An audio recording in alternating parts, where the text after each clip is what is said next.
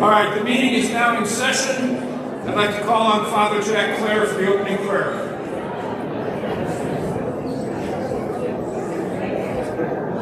This is the easy part. So let us pray. Loving God, we thank you for this beautiful day and the beautiful people who are gathered here. We thank you for all who believe in us and help us to carry on the work of Misericordia. Continue to bless those who have been such an important part of our lives.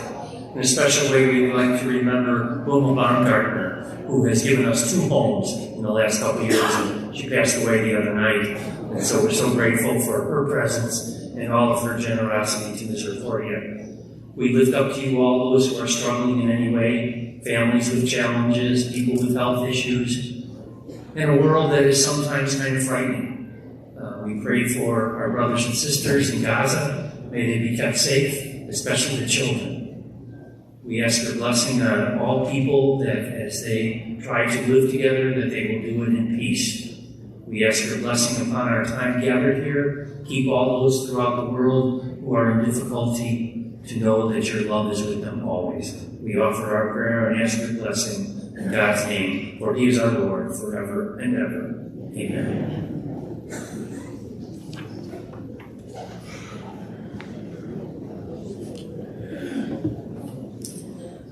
Welcome to the spring general meeting of the MFA. We have some very special people here today, and I'd like them to stand as I call their group.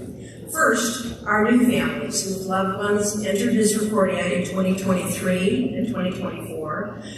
Please stand, and everyone here, please welcome all of these new families. You can recognize them by the green dots on their tags. You can stand, please.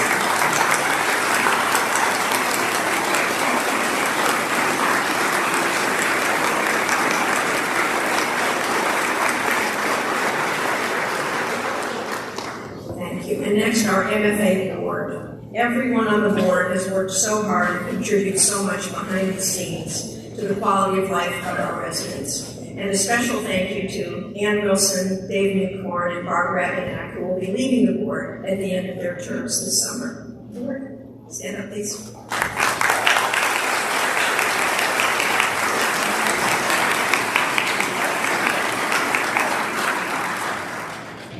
And our Misericordia staff members who have joined us on a Sunday to support our efforts and whose dedication makes Misericordia the wonderful home that it is for our loved ones.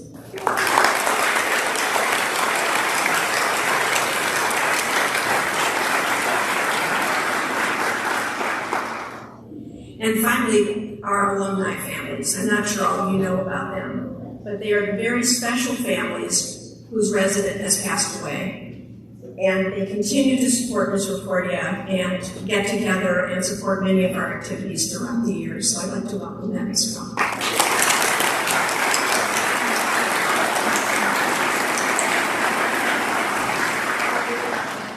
So thank you to you all, and a special thanks to everyone who volunteered their time to help out today, which is mostly board members and past chairs, so that this meeting could be as efficient and informative as possible. So our first order of business. Every year, the MFA has 2 fundraising events, the Benefit and the Holiday Staff Fund. The time and commitment that so many of our parents and families invest in making these events a success cannot be overstated. So now is the time to truly celebrate this success. On behalf of the MFA, will the following please come to the stage and gather in front of the screen, thank you, to present the funds raised. Deborah Shears and Susie Smert chairs of the 2023 benefit. Holly Jennings, fundraising chair. Pam and Jim Cabrera, past chairs of the MFA. Barb Rabinak, treasurer.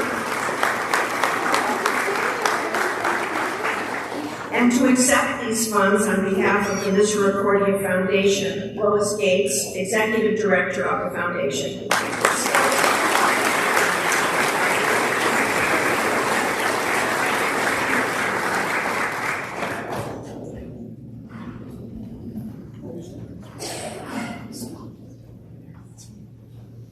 So we are thrilled to present $1,405,000.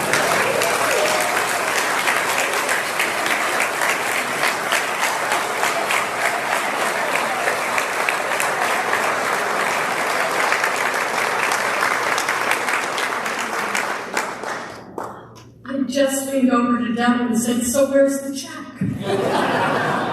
That's a big one. I should have seen it. Thank you, MFA. You're absolutely wonderful. All of you are, and you're going to do the same thing, but better this June. Thank you.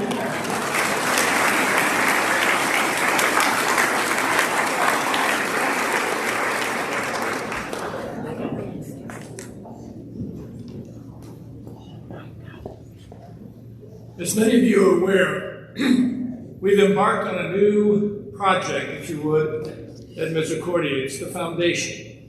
The foundation was formed by a lot of people putting a lot of time into a very complex process to make a trust available so that the funds that support Misericordia are as secure as they could possibly be. There have been a lot of questions that have come from all of you and some others about the foundation. Let me just state this.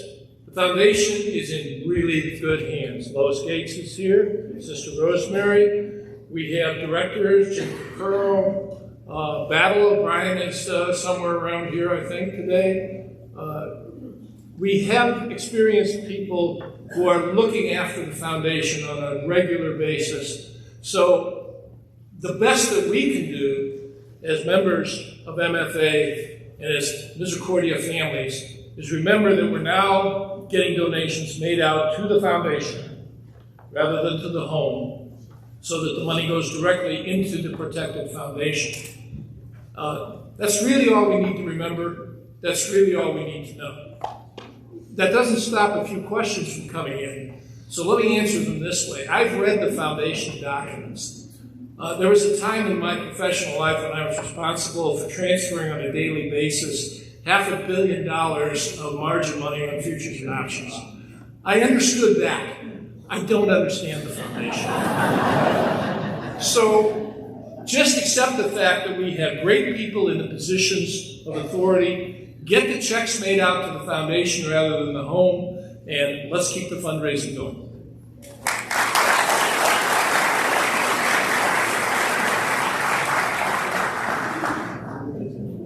I'm sure you've all been noticing, I'm sure you've all been noticing this screen behind us, and I think it's important to know that all of you in this room and all of the families, through their connections, through their friends, through their relations, continue to support not only MFA events, but all of the other fundraising events.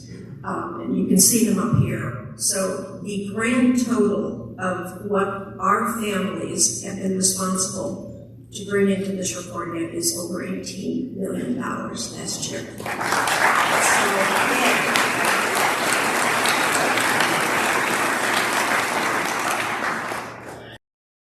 The order of business is to elect new board members. Almost all of our board positions carry 2-year terms, and a number of these positions are turning out at the end of July. Our process is to solicit nominations from our general memberships, so nomination forms were made available via email, viz, and additionally by mail for a few of our families.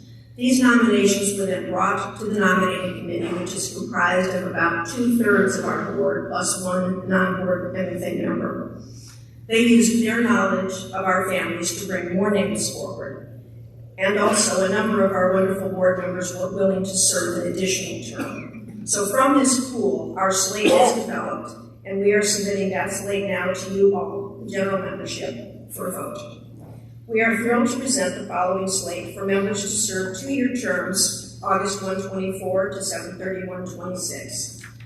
So when I finish calling the names of the slates, would you please stand? For fundraising chair, Holly Jennings. Holly is a fundraising champion, having shared numerous benefits with great success. She brings endless enthusiasm and experience to this important position. Treasurer John Hamley. He's out of town. But John has this for the last 2 years as treasurer-elect, learning the ropes of this critical job. Membership chairs Lisa Masucci and John Butler are continuing board members who created and execute the Staff Appreciation Program, which is so critical to our efforts to retain and value our wonderful staff. I know they're here.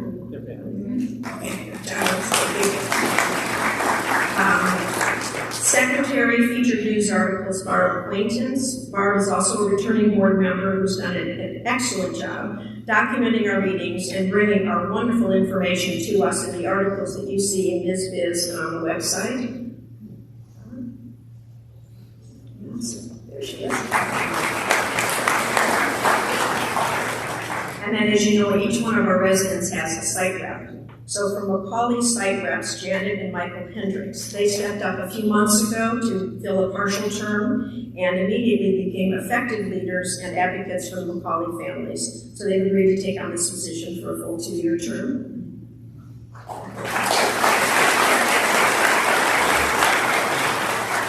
And Marion Center site reps, Mary and Art Piemonte, will be new parents to our board. They've worked in many volunteer capacities, including significant responsibility for the benefit book for many years. And I was told Art would stand up if I called him Arthur.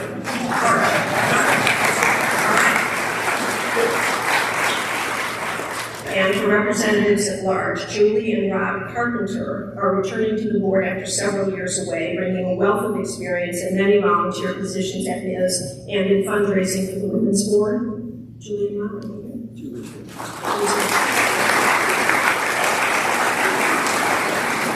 we are so grateful to all of these talented families who are willing to give up their time and talent so generously. All in favor of electing this slate, please say aye.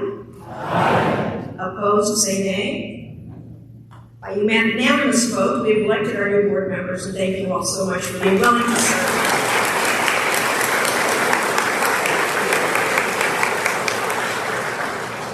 And one postscript, in addition, according to our bylaws, the nominating committee has appointed a treasurer-elect who serves as an ex officio member of the board for 2 years. We are pleased to announce that Barb Piwowarski, a Civ and Guardian MFA member, has been appointed and agreed to serve in this position. Thank you, Barb.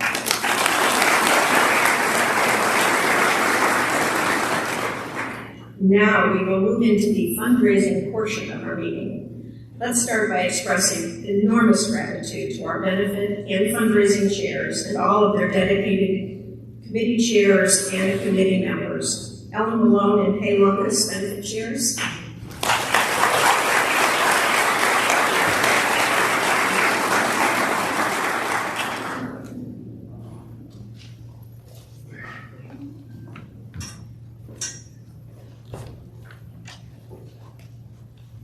Good morning. My name is Kay Lucas, and I'm co-chairing this year's benefit with Ellen Malone. For just a few moments, I would like everyone to consider their lives without misericordia. Our everyday existence would be a world away from what it is now. Just ask any of the 800 plus families that are praying to receive that life-changing call telling them that they will soon be part of our new family. However, the care, compassion, love, and respect that our childish sibling has come to know comes at a very steep price. It is up to us to do everything we can as a family to ensure their future. But we've already begun. Thanks to GiveSmart, our car, cash, and raffle tickets are being sold across the country. We encourage you to continue directing everyone to the benefit website, www.mfabenefit.org. Using your Christmas list is a great way to start. This morning, Gina Doherty was so pleased to see the amount of gift cards dropped off for the Buy It Now table. Our guests, as well as many of us, love this fun and easy way to support Biz. Again, we encourage all of you to collect more gift cards. You can contact Gina, Ellen, or me to drop them off.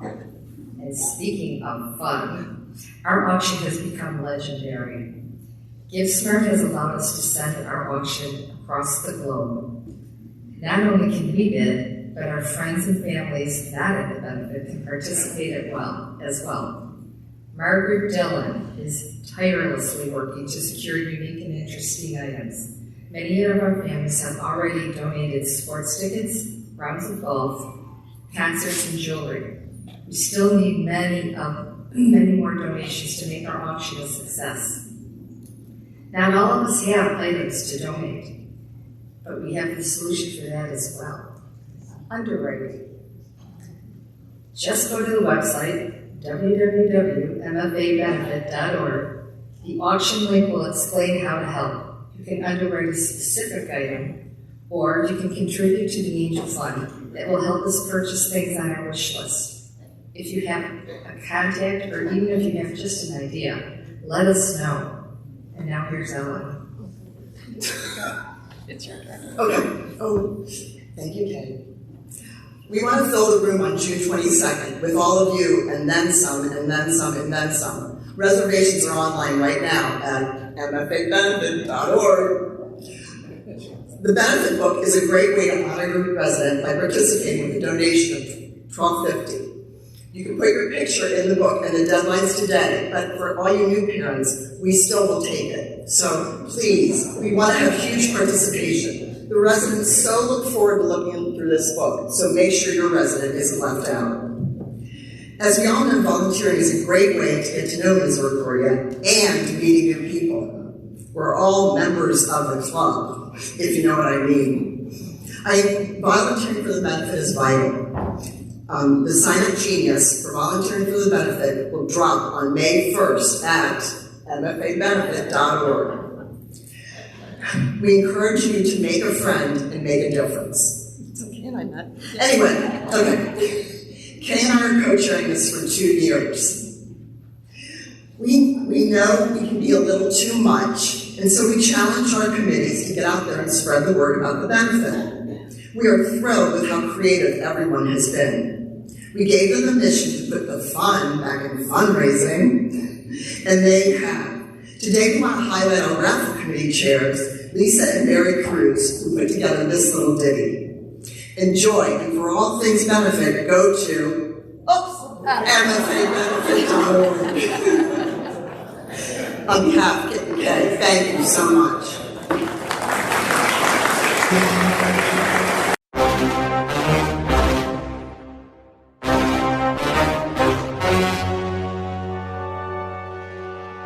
My name is Friday. I work here. I'm a cop. My partner, Officer Gannon, and I are detectives with the Misericordia Family Association.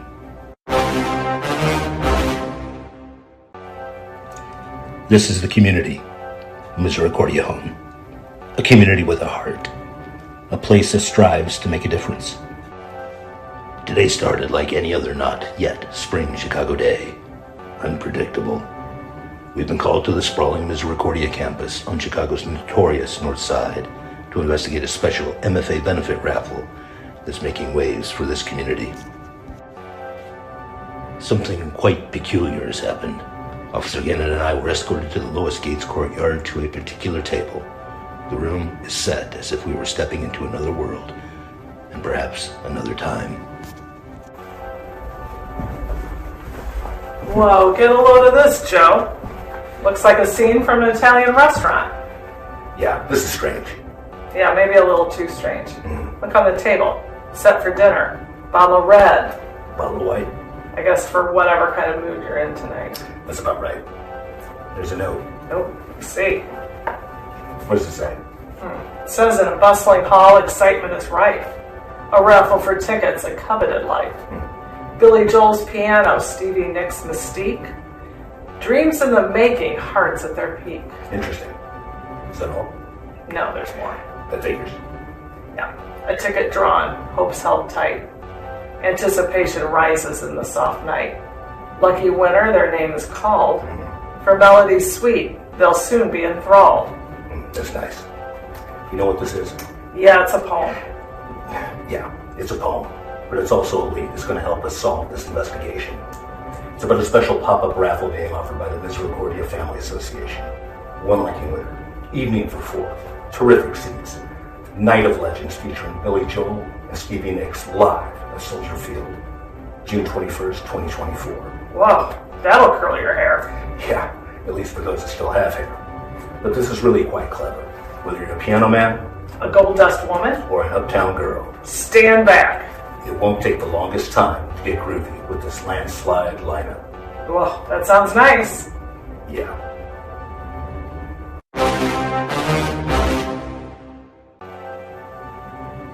To solve this caper, we need your cooperation. We want this raffle to sell out. Spread the news far and wide. After all, this is a noble cause. Only 250 raffle tickets will be sold. So gather your family and your friends and have them buy tickets right away. Together we can crack this case and raise lots of bacon, Bread. cabbage. Moolah. That's right. Lots of money for Misericordia.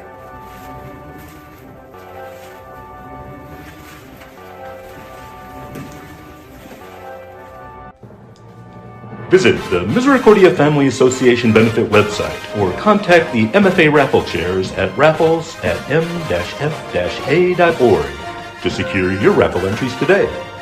Misericordia Home, where every raffle purchase is a key to unlocking a more compassionate future. This is not just a chance to win, folks. It's a mission to make a difference in the lives of those who need it most. Please make your raffle purchases today. The story you have just seen is true. The names have been changed to protect the innocent.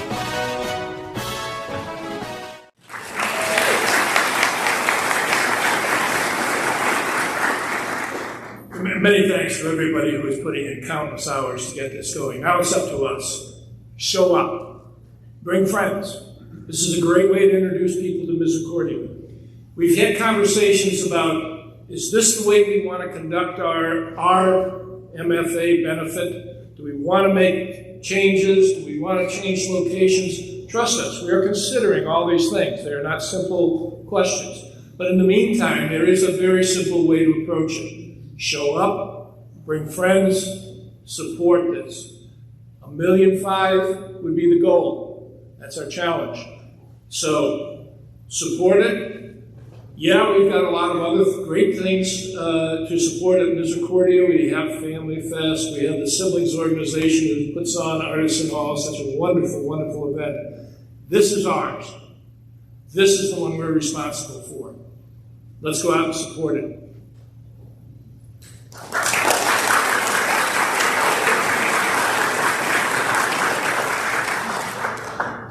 I think Lois is dressed up for the next on-stage appearance.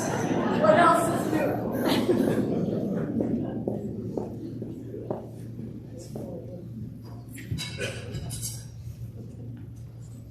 Thanks, Deb and Scott. I'm going to ask Ann Mills. Come on up, Ann. Ann is part of my 5 minutes.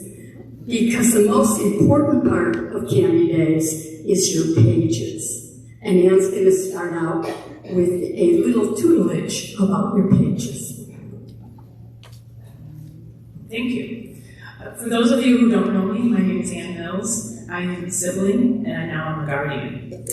I don't think I need to really talk deeply about how important Candy Days is for us. It is one of our top fundraising events that we do every year. Last year online, we raised nearly $2 million.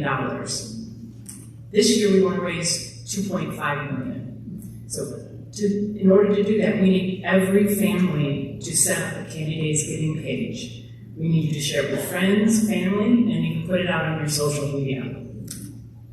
Overall, it's quick, it's relatively easy. For any of you who don't feel comfortable, myself, Greg Hertmeyer, and Sergio Conejo will help you as long as you provide us some information. We have information out there by the Candy Days table that will tell you what we need.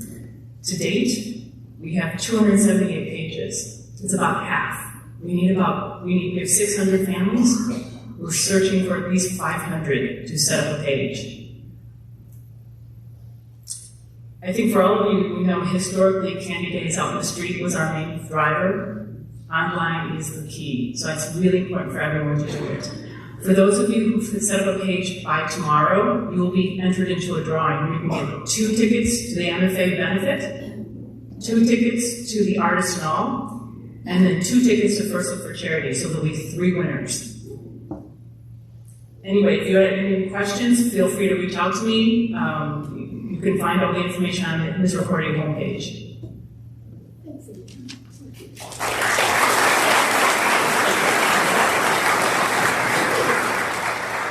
Thanks, Anne. Anne works with me in development and working on all things foundation, which is also, and maybe the main one, because you really started it, the Misericordia Family Association. The siblings are just a part of that because they're your children.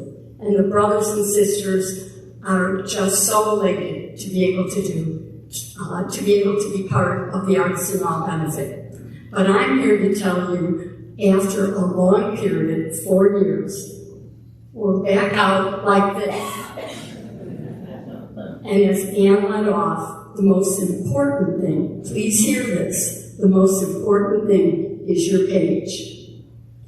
But we made a promise to Father Jack that we would be out in the community, in the city of Chicago and suburbs, and anywhere you have a friend that will let you stand in front of their place of business, their church, any place that you're comfortable and you're not impinging traffic, because then we're going to get in trouble. Is Rick DeSecchi here?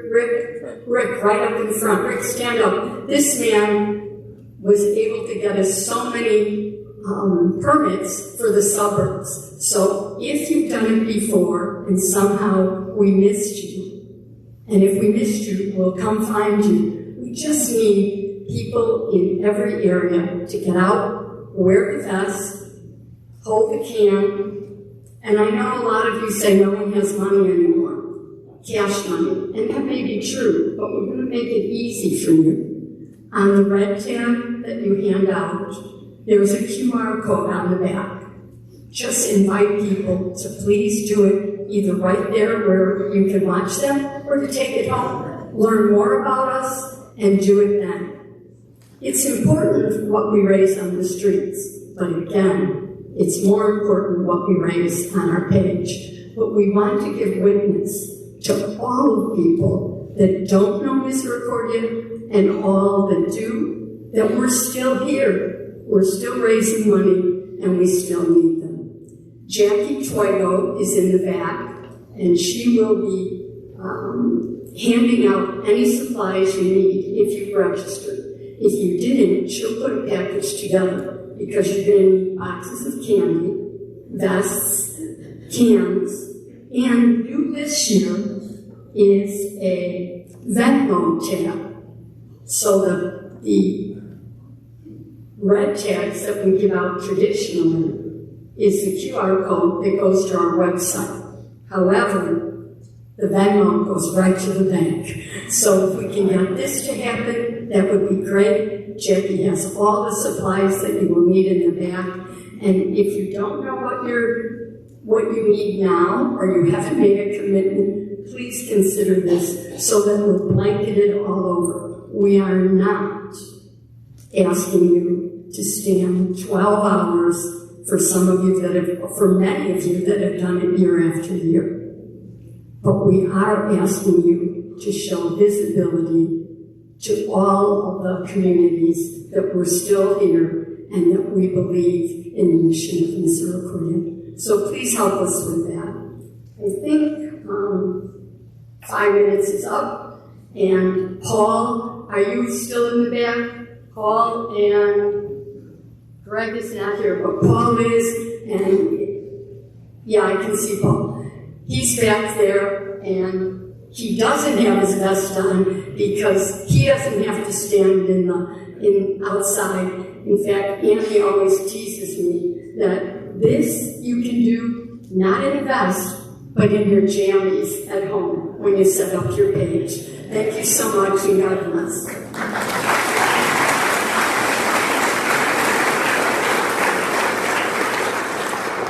Thank you, Lois. And now we will hear from some more members of our senior staff. First, Bill Klukas, VP of Security, and Carol Hawley, the Assistant VP of Shannon.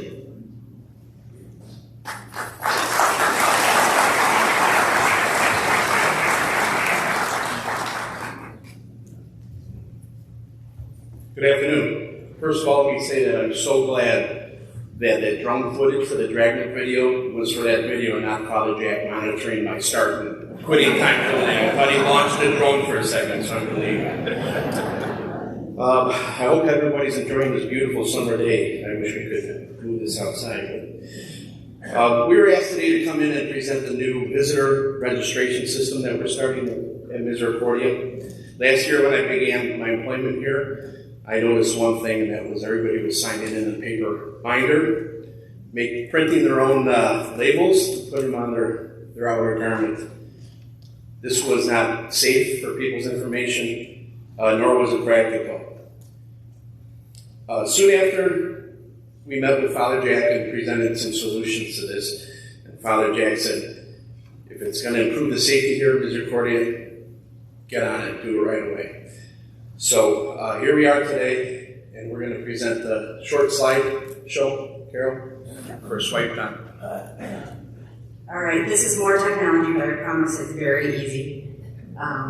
Swipe Down is the name of the visitor management system, and this is just an electronic way to keep track of volunteers, visitors, contractors, anybody who's entering and exiting Misericordia buildings. It's also very secure. The benefits, it improves workplace security and safety, it boosts productivity, aids in emergency evacuation planning, allows for easier recording of volunteer activity. It'll also send a notification to the area or the person that you're visiting that you have arrived. It ensures visitors agree to our policies, and it also will print an ID badge with the person's picture on it for them to wear while they're here. We're going to start by having kiosks and phone reception, bridge reception, and at HR. And then in the near future, we'll also have them in the residential areas. We won't be printing badges there, but at least we'll have a record of who's in the buildings. So how will it work? There will be a stand with an iPad on it at the reception areas. People will use that to sign in. Once signed in, the receptionist will hand them their badge, and the person you're visiting will be notified.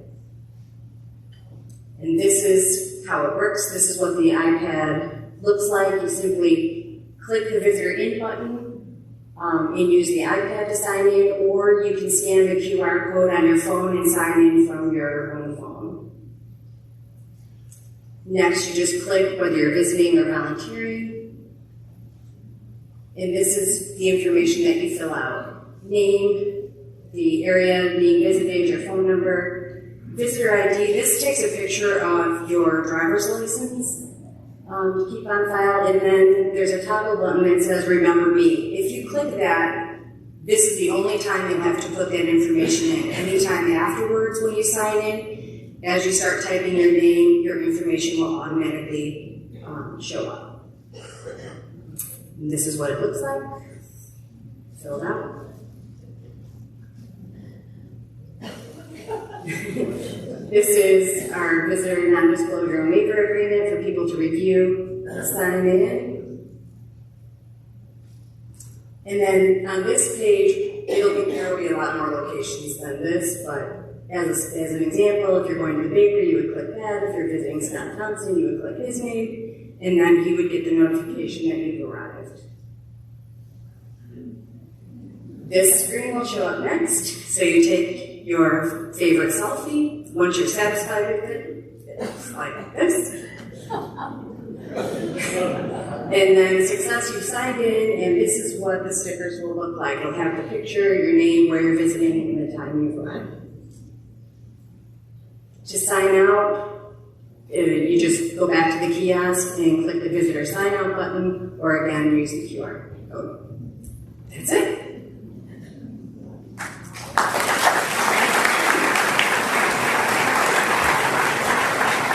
Just a few things to conclude. This system keeps your information safe. The paper binders were out in the open for people to read, people that previously signed in, and I didn't like that. It gives us the ability to present emergency notifications to everybody on campus. So if there's a weather emergency or some other emergency, we can send out a text to all the provided phone numbers. and get that blast email out there, or text message to everybody. And finally, it gives us a real-time snapshot of who's on campus, who we need to send messages to, and it follows the visitor and volunteer information, so we know different times of the year when we need and when we get most volunteers incoming. Yeah, that's about it. And on a closing note, if you see the new security car out on the campus, brand new security car, I think I bothered Kevin Conley and Father Jack enough, and they finally said, okay, we'll replace one of the cars. I'm proud to say that the car is out there in operation. It has a portable AED in it, a stop-the-bleed kit, fire extinguisher, and a first aid kit. So before our security used to respond to calls on campus and wait for the fire department, now they're all trained and they can take action if they have to. And I'm happy that's up and running now. So thank you, everybody.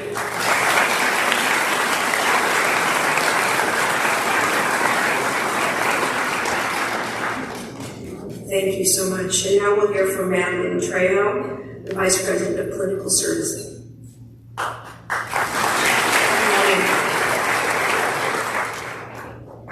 do have a presentation. I know I only have 5 minutes, so I'm going to try and speak as quickly as I can. I think Bill just took 2 of them. So my name is Madeline Trejo. I'm the Vice President of Clinical Services. I've had the opportunity to meet many of you. I've been here a little over a year, but there are many, many more of you that I'm looking forward to getting to know. I want to talk today a little bit about clinical services. Next slide, please. So, as I be looking back, so within Misericordia, there are varying degrees of medical complexity. However, in keeping with Misericordia's high standards of care, our goal is to really sustain quality and safety as a top priority. With respect to the services that we provide, the services that fall under clinical services include all of nursing. I'm going to tell you a little bit about each of these services today. Macaulay Skilled Residence is now under the Division of Clinical Services umbrella.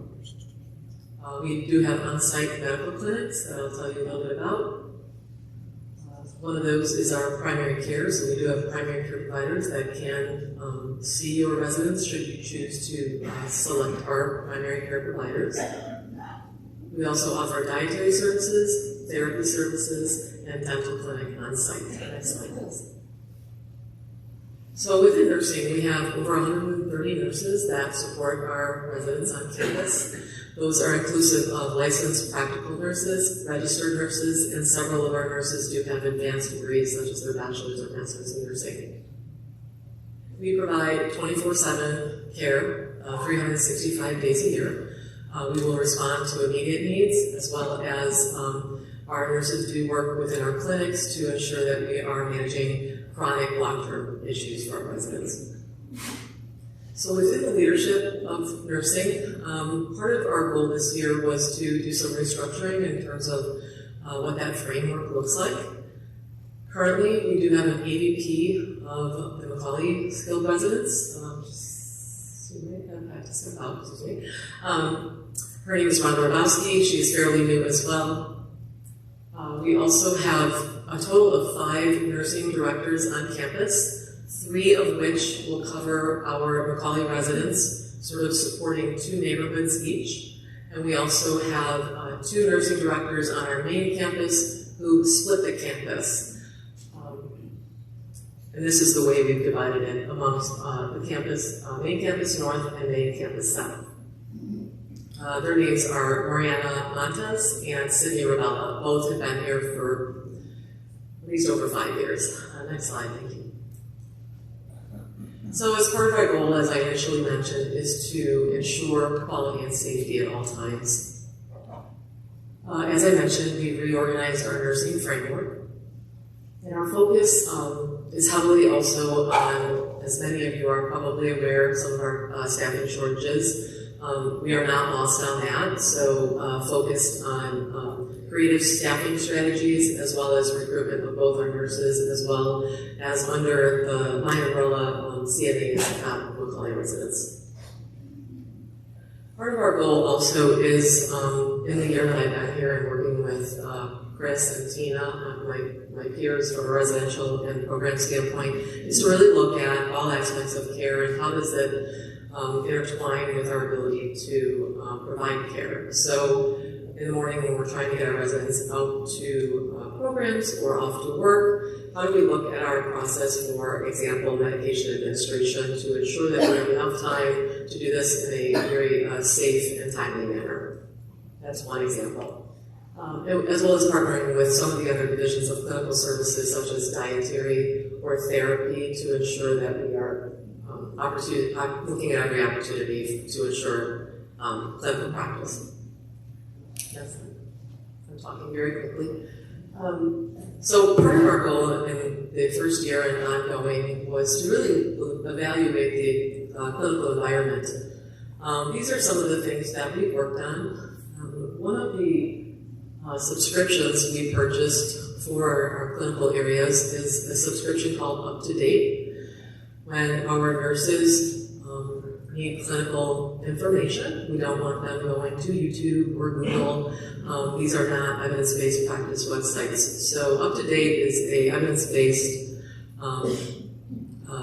clinical support tool that our nurses can use while here at work to find the most recent evidence-based information about anything that they are wanting to learn or understand. So if a resident comes back from a hospital admission or maybe a post-op surgery, we need to make sure that we have accurate information in terms of caring for our residents.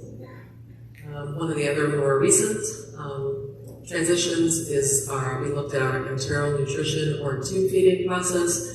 We have recently completed our transition at Macaulay and are rolling out our main campus this month. We moved from an open system, or a system where we would be pouring our nutrition into a bag, to a closed system. So it almost looks like a 2-liter of soda or an IV bag, and it's a closed product, so there is no physical manipulation of anything that could potentially lead to contamination. Again, just based on evidence.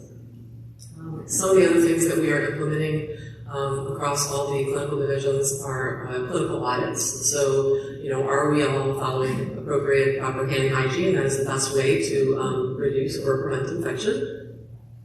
Looking also at auditing our medication administration process.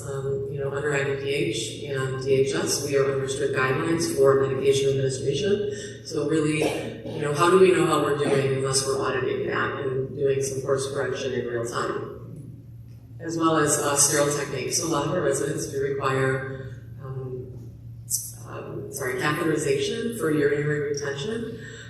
So we really want to also monitor that process to ensure that our staff are using sterile techniques when we're doing that, because that is also another avenue for infection. We also brought on, I shouldn't say brought her on, Stan Sexton is our Director of Therapy Services. She is someone, in getting to work with her, who is extremely organized, very, very detail-oriented, and so she is actually going to become certified in infection prevention. So that is something, I think Chris handled a lot of this during COVID, but how do we maintain our best practices during COVID will be with us, but even flu season and things like that. She has developed relationships through Chicago Department of Public Health as well as CDC to keep our policies most current and accurate. Next slide, please. So within Misericordia, we do provide on-site medical care. Several of our residents have selected us as their primary care provider. Brenda Sikorsky is our main campus support. She is out of St. Francis, and Dr. Max Pitlush is our physician who covers our Macaulay residents. We also have 3 nurse practitioners. They are 3 physical people. One of them is 2 are part-time, 1 is full-time. They are really coming together as a group. They are fairly recent hires, so they're really coming together as a group to really partner with our primary care physicians to respond to clinical needs on site and evaluate our residents in our clinics. The other specialties that we, in terms of clinics that we provide on-site service, include primary care, neurology, vision, physical medicine or physiatry, psychiatry, as well as podiatry. Next slide. We do have 3 dietitians who work with us. One has been here very, very long term. Her name is Alex Miklash. She is at the Macaulay residence and covers some of our other areas. And Karen Safa and Megan Busby are 2 newer dietitians who are helping to cover the rest of the campus. They are really sort of a dynamic team that have really kind of brought in a lot of the ideas, especially related to our internal nutrition transition and things like that. So they really tried to partner with our food services and, for example, our behavioral health to look at how do we, things more clinically based. How do we not rely so heavily on the use of suppositories as opposed to trying to build more fiber into our foods and our diet. So trying to impact that, as well as some of our residents do suffer with body image, and so part of that partnership between our dietitians and our behavioral health services has helped to work with some of our residents on those types of issues. Next slide. Okay, I'm almost done. So therapy services, we provide over 10,000 services in therapy per year. We have occupational therapists, physical therapists, speech language pathologists, as well as therapy aides. As I mentioned, we do provide a number of services for that. There is a limit to what we can provide, just specific to the fact that we do not bill for our therapy services. So we do encourage, if any of our residents need a higher level of therapy, we usually partner with the families to arrange that in outside services. Lastly, our dental clinic. We do have 2 dentists who provide services for us twice a week currently, as well as a dental manager. She is our dental hygienist, and 2 support staff. The dental program has been here for probably 6 or 7 years now. We did recently lose one of our providers, and we did hire someone new. His name is Daniel Bignell. He's a young new dentist. He's wonderful and has had some experience with Misericordia in the past, so we're really looking forward to continuing to partner with him. Part of the what's really impressive about the dental clinic is they do a desensitization clinic where a lot of our residents might get anxiety about a dental procedure. So just literally bringing our residents over to get them used to sitting in a chair or just walking into the clinic. So a lot of work that goes into helping our residents feel comfortable around those things. So I gave you a lot of information very, very quickly. Feel free to reach out to me at any time. Share my email. I did present a lot of our more recent family meetings online, but it's a pleasure to have had the opportunity today. So thank you.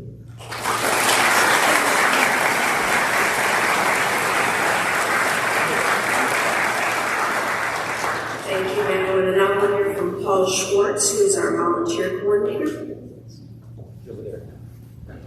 Sneaking up the side door. Thank you, guys. I'll try to keep this kind of brief. My name is Paul Schwartz. I work in the volunteer office. As many of you know, for 2 years when COVID was most present, volunteers were not allowed on the Misericordia campus. We're kind of in that next chapter of things here, and things are very similar to the way they were 2019 and before. So I wanted to follow up on a couple of kind of big pillars of ways that people could get involved and talk about why volunteering is important to Misericordia. So throughout the year, there are quite literally thousands of people that are volunteering here on our campus, out in the community, around Candy Days. We have a lot of people who come here just a single time. They learn about our mission, and then they, it's part of their memory in their life, and they move on. Other people are here week after week. Both are very valuable. In the last 5 years, there's been a dramatic shift towards a lot of companies give people time to volunteer on their company's dime, which is great. If you or a friend or family member works at a company that gives you a day or 2 days to volunteer somewhere, we would love for you to bring your employees, your coworkers to Misericordia. It's a great way for us to get connected to more people in the Chicago area. Sometimes it could lead to something like a sponsorship for one of our fundraising events. We've had times where people have brought their peers to volunteer here. volunteer, someone has become interested in Ms. and they become a long-term volunteer. It's a great way for us to introduce ourselves to more people in the Chicago area, and it's also great for our residents. I work with my door open to a busy hallway in this building. Residents stop by almost every day asking, when is the next group coming? It brings joy to our residents to share what they're doing in the art department, the gardens, the recycling center, in a lot of those places. So please, if you work at a company that gives you time to volunteer, we would love, rather than going to the Park District or the Chicago Food Depository, come here. You be generous with your company's time. Another great way for people to volunteer in Misericordia is Family Fest. It's been going on for 40 years now, and there are a number of families who have been in charge of their area for 40 years. There are people who are starting to step back, and we're looking for families to pass the torch to. So, if you have a wide network of friends and family who would be able to give a day in September, we need people to step up and take over a couple of food booths, some non-food booths. I can get you any info of what that looks like.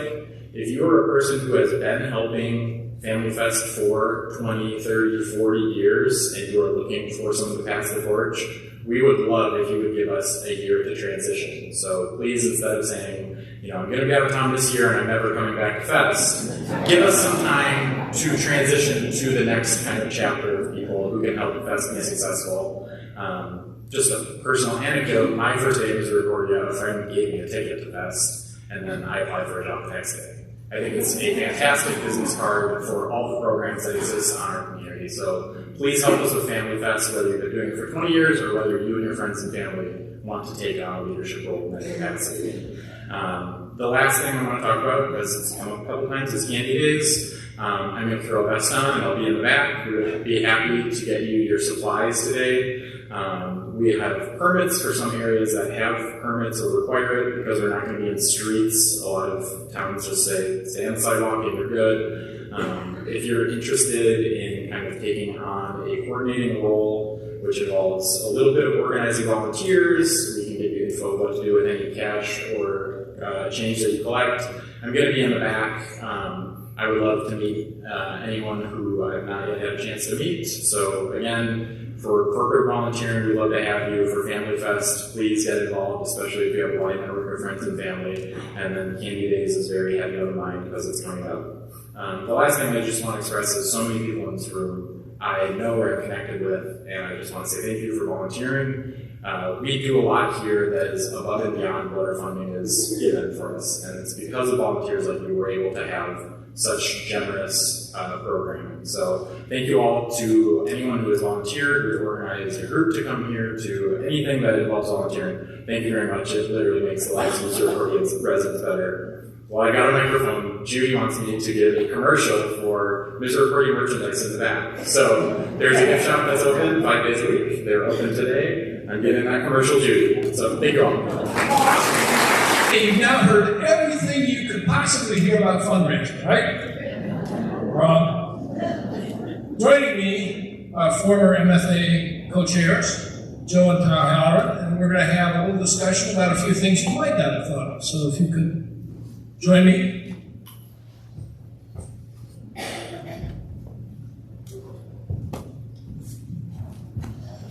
I'm going to start with Joe because many of you have thought that attending the benefits, writing checks, you pretty much have exhausted what you can do in fundraising. Wrong.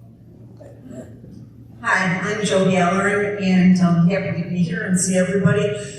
We do a family fundraiser every February, and we've been doing this for the past approximately 15 years. And, when we dove into it, we didn't really know what we were doing, and as you go along, it gets to be easier. So I'm going quickly because I know we have, 5 minutes or so. And so the first thing that you have to do is decide where you would like to have this, who the people you are going to invite. And your first step, however, is you need to clear with Misericordia. Ask them if the date that you have selected is okay because you don't want any conflicts.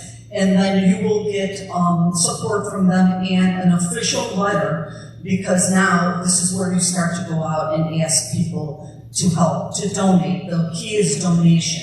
What we do is we chose February because it's kind of a down month, and we have about 120 people, and many of our family members here have attended our little benefit, and then we start by going to various restaurants that we frequent in our area and ask for gift certificates for food. The thing is that you can't be afraid to ask people to donate. You go with your letter and tell them a little bit about Misericordia, and honestly, the only thing that could happen is that they could say no to you, but you know, once you start talking and you approach them and let them know that you have a family member and what you're doing, you will be very surprised how generous people are. You have to get your family and friends involved. Then we go to our entry fee. We keep it at a very low cost. You know, we charge $50. We supply all the food and beverage, and we don't want to get involved with any kind of liquor or anything like that, but we do say you could bring your own alternative beverage to our event. Like I said, we do, it's very low key. We have bag raffles, but if you want to be more sophisticated, you could do an auction, and we just sell tickets at a very reasonable price. And again, it's giving all family and friends to help. And I'm not going to say that it doesn't take effort on your part, because it does. It's a lot of work to put it together. But again, I just can't say enough about how just ask your family, ask your friends, ask your local restaurants. And people, you will be so surprised how people are so generous. And then and if you know anybody that has time and talent, you also ask them. You know, a DJ, you want to make it fun. And that's the way you approach it. Well, you donate your time and talent. So one of the key words that I'm going to say is that you have to ask for donation. You know, you don't want to be paying for anything, because that's not the way it works. And, you know, we don't raise millions, but, you know, we go anywhere from $10,000 to $12,000 a year. And so, you know what, if everybody does that, we have lots of families here. Then that, you know, you could do the math. I was not a math teacher, I was a language teacher. You could do the math, and that adds up to be quite a lot of money. Okay, so Tom will tell you a little bit. One of our greatest resources is our two older children, Tommy and Erica, which has really kind of changed their life too, because they follow us through our journey with Matthew, the sister would say, and they watch us to see what we do, how we handle it. And they were so impressed about it, they started to get involved in Misericordia, where they joined the siblings group and the young professionals, and now they are bringing their resources to the table. They're bringing all the professional people they work with, their colleagues, their co-workers, and they're making a night of it. And these young professionals, or anybody that they come in contact with, they come once and they say, wow, this is amazing. We could bring our friends. It says, yes, this is open to anybody. Bring children, because we just make a night of it, like Joe said, in February, and it's a great night. And we even came up with, we asked the people after it was all over, is this too much? Should we just have every other year? And they said, absolutely not. This is a night where we'd love to get together and have fun and have a great night. And like Kay Lucas said, I was sitting there and it hit me right away. What would we do without Misericordia? And Kay, you're exactly right. So we want to do the best we can, and like Joe said, it's 12,000. We keep on doing it because we bring Matthew around to these restaurants and in the neighborhood, and the restaurateurs, they know who Matthew is, so they know what their money is going toward. So thank you again. Get back to Joe. If you need any more help or you want more specific points about it, we're in the MFA directory. We'd be happy to sit down with you and tell you how to organize it. And it really just turns out to be a lot of fun, and you feel very good about it yourself. So just look us up and we'll be happy to talk to you. Okay.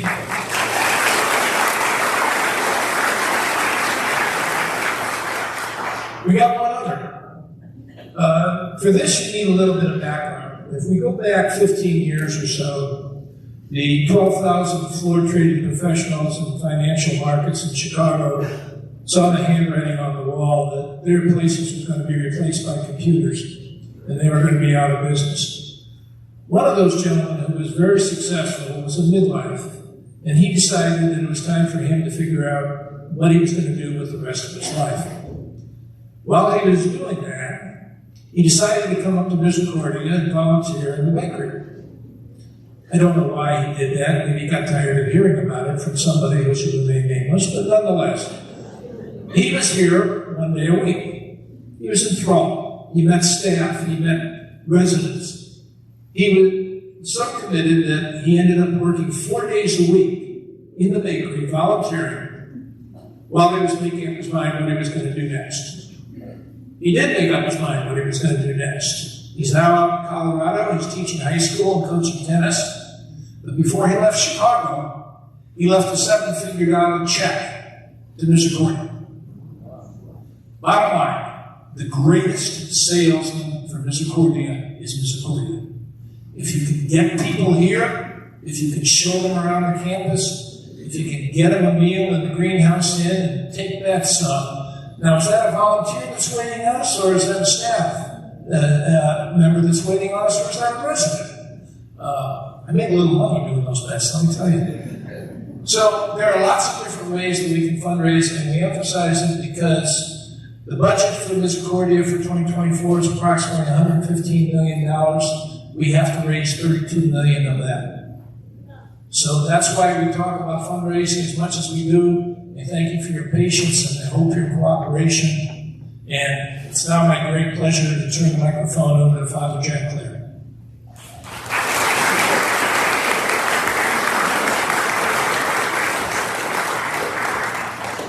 As if the meeting hasn't been long enough. My name got mentioned for Candy Days, and I was one of the people, I confess, that I really pushed to get Candy Days back happening again, as long as no one went in the streets.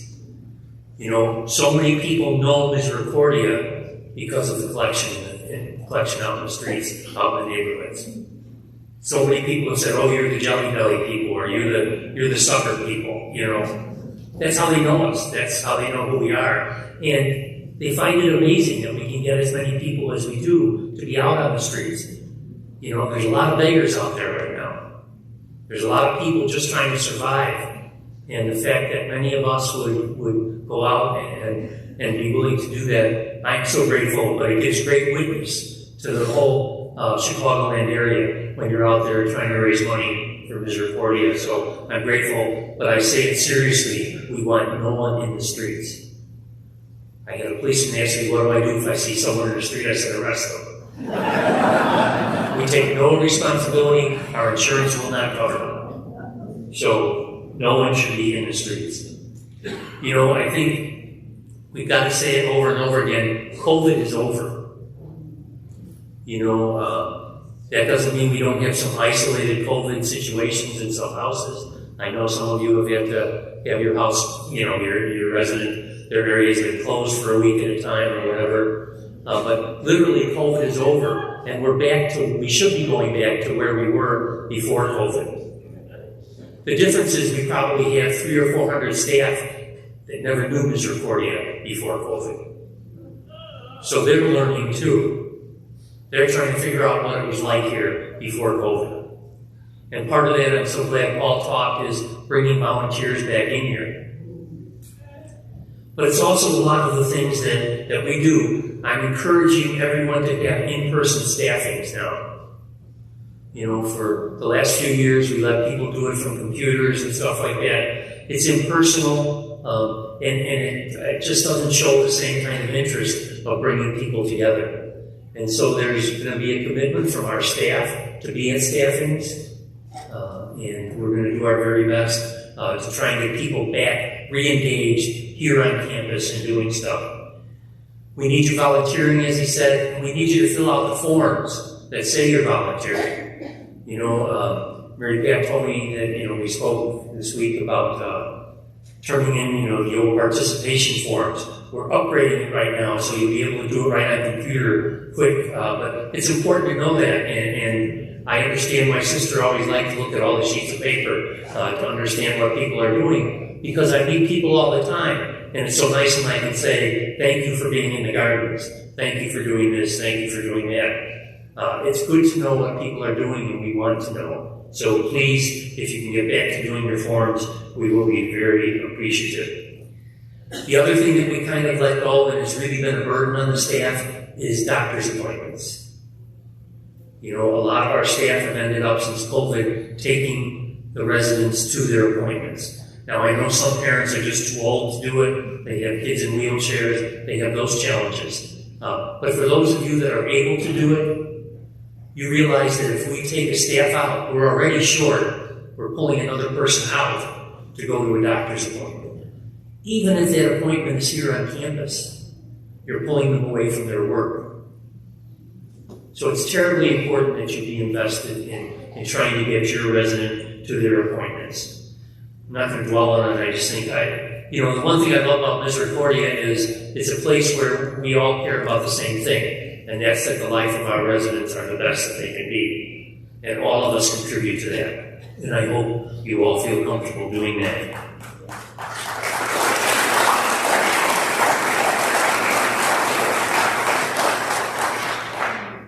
We've been talking about the staff shortage. I don't know if anyone saw in the paper 2 weeks ago. I've been working with, or been following along with Catholic Charities. They terminated $25 million worth of their contracts with the state of Illinois. They're closing down all kinds of programs that they didn't feel were really their direct work, that other people were doing them and maybe doing them better, and they should do them. The flip side of that is they're laying off 320 people, many of whom are direct care workers. So we will be one of the people that get in there first to try and bring those people over here. So we're very excited about that.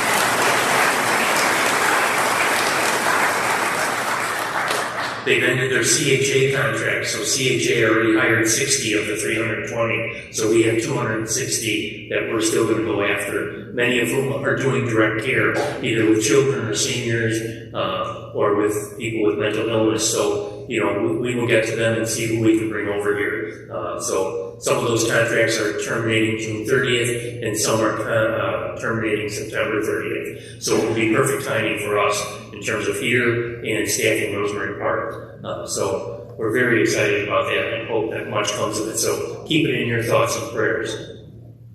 I've said a few times in my messages and from stage here, we live in a society where it seems like the news is trying to turn us all against one another.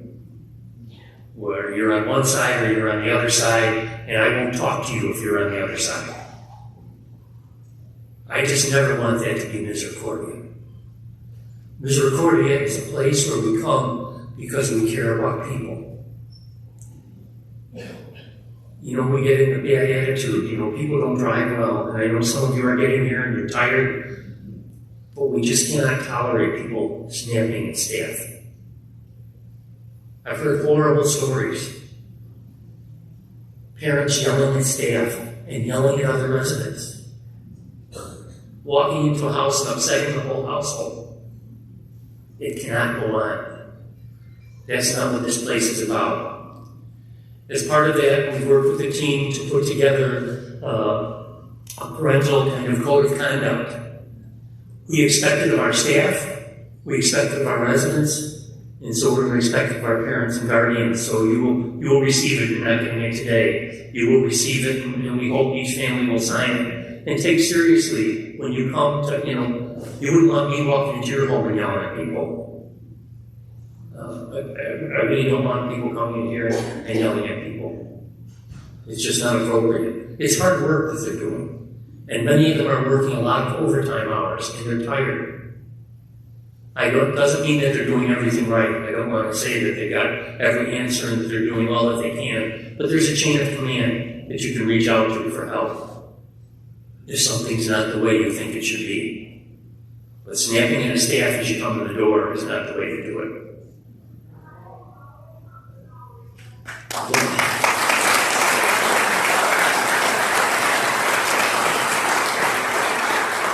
Next group I want to direct this to, this is for parents and guardians who have someone in the SILA. and I mentioned this in my last note.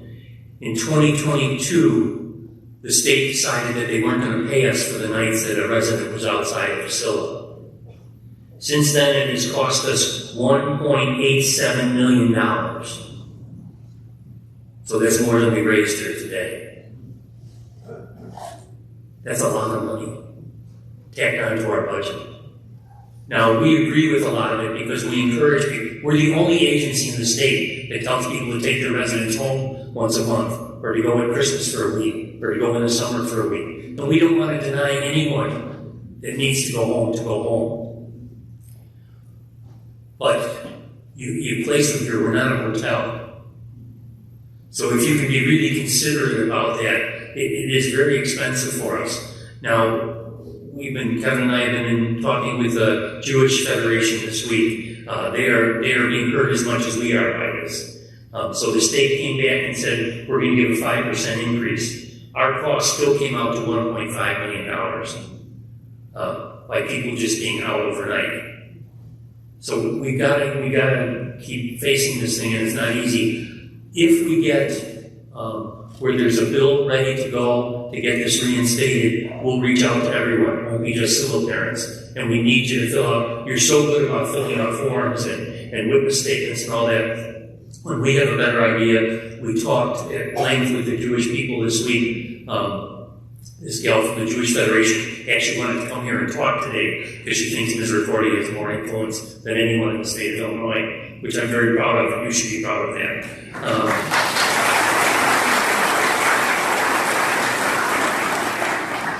But, we've got to fight these things. As I say to our staff, sometimes they get down, they get tired. We have a wonderful product here. A product that I am terribly proud of. We do make mistakes, but there are 600 people who want to give us their most vulnerable child. I mean, the calls I get, I'm crying by the end of the phone call, saying, Mary Pat, do we have a bed, It's so hard. People are really struggling. Father, I'm 70 years old now. I can't do it anymore. Please find a bed for my daughter, It's so difficult. We have a wonderful product that people want. And so we have to be careful to be so supportive of the staff who make that possible. We have to be so positive towards them. And when there is a problem, to go to the right people to fix it. All of us want to do well, and I don't claim that every staff is a perfect staff in any way, shape, or form. There's always corrections that are needed, but work with us, don't work against us. Let's be in this together and make it all work. I'm so grateful to all of you.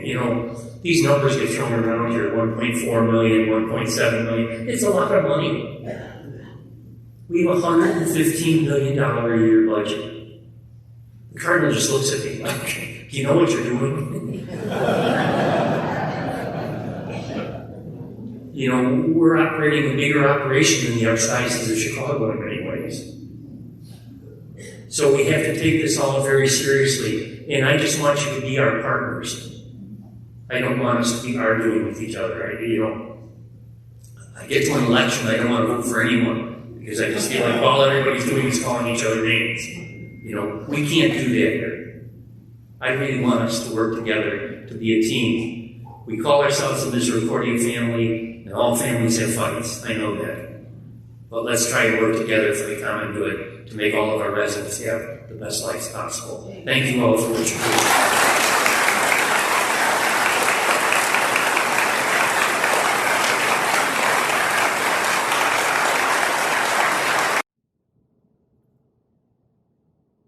Hello, dear families. I am happy to be with you today to talk about something that's very near and dear to my heart. I am speaking, of course, about the return of the wonderful gift to Misericordia Home that is Candy Days. From the first time we collected donations in 1986, Candy Days has certainly helped bring public recognition to the Misericordia name and the work we do for the very special people we serve. when thousands give their time to volunteer, we give witness to the importance of the Misericordia mission. Now, Candy Days is coming back after 4 long years. So mark your calendars for April 26th and 27th. Once again, we need you. It's so important. Your presence and testimony for Misericordia was powerful when we began, and still is to this day. We are excited to get back out there, and I hope you are too. Our families are so generous and so special. You are truly always there for us. You have never let us down. Thank you for all you do for our children and adults. And last, but certainly not least, please do not forget to create your fundraising pages. This is so very important. I hope to see you out there on April 26th and 27th. God bless you and be safe, and pray for good weather. Thank you.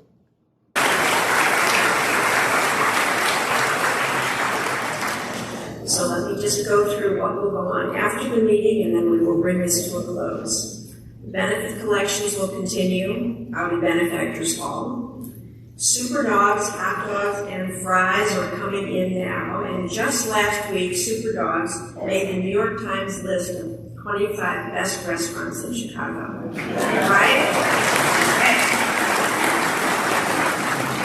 We will have 2 bars in here with soft drinks, beer, and wine that were donated by Father Jack and the home. And the bakery sales will be continuing out in the hall. White Sox game will be broadcast at 1:10 over here. And so importantly, we have this time to connect with old friends, welcome our new families, look for the green dots, and make new friends. We have only 2 meetings like this a year, so we hope you will stay for a while and enjoy each other's company. And for those of you who are interested, we have a little game you can play that will encourage you to meet new families. The sheets are available by the bars. Just pick one up and fill it out as you meet new people. And then you can place your completed form in the bag. And at 2 o'clock, we will draw a winner who will receive brunch for 4 at the world-famous Greenhouse Inn. So, and if I can keep your attention for just 1 more minute, I would like to leave you. Please.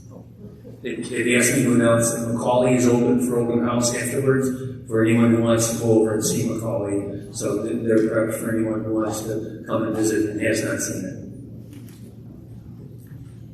Just one more thought, if I can keep you. Last fall, we sent out a survey to all of you asking for your interests and talents and experience for volunteering. And I received this letter from a family. My husband is 90, and I am a few months younger, 90. We each have significant health and mobility issues. We live in a retirement community and are presently facing the necessity of giving up our car, limiting further our ability to get to Misericordia or to travel freely. Our son has lived at Misericordia for over 30 years. For many years, we coordinated candy days in our suburb and surrounding areas. We were cash raffle co-chairs for the dinner dance for years. We volunteered at Twice Blessed. We worked in the bakery, and we did filing on campus every week. Many families did more, but we responded to every need that we were able, for as long as we were able. And we're happy for the opportunity to show our gratitude and love for all Misericordia does for our son and for us. Happy for the opportunity. We are encouraging our children and grandchildren who live in the area to do what they can for Misericordia. It's difficult for us to face our inability to be active volunteers. We did want to be clear that we were not uninterested in volunteering, and we will do what we can on a case-by-case basis, given our limits of age and the pending loss of our car. Thinking of the parents we have volunteered with over the years, I don't think we are unique.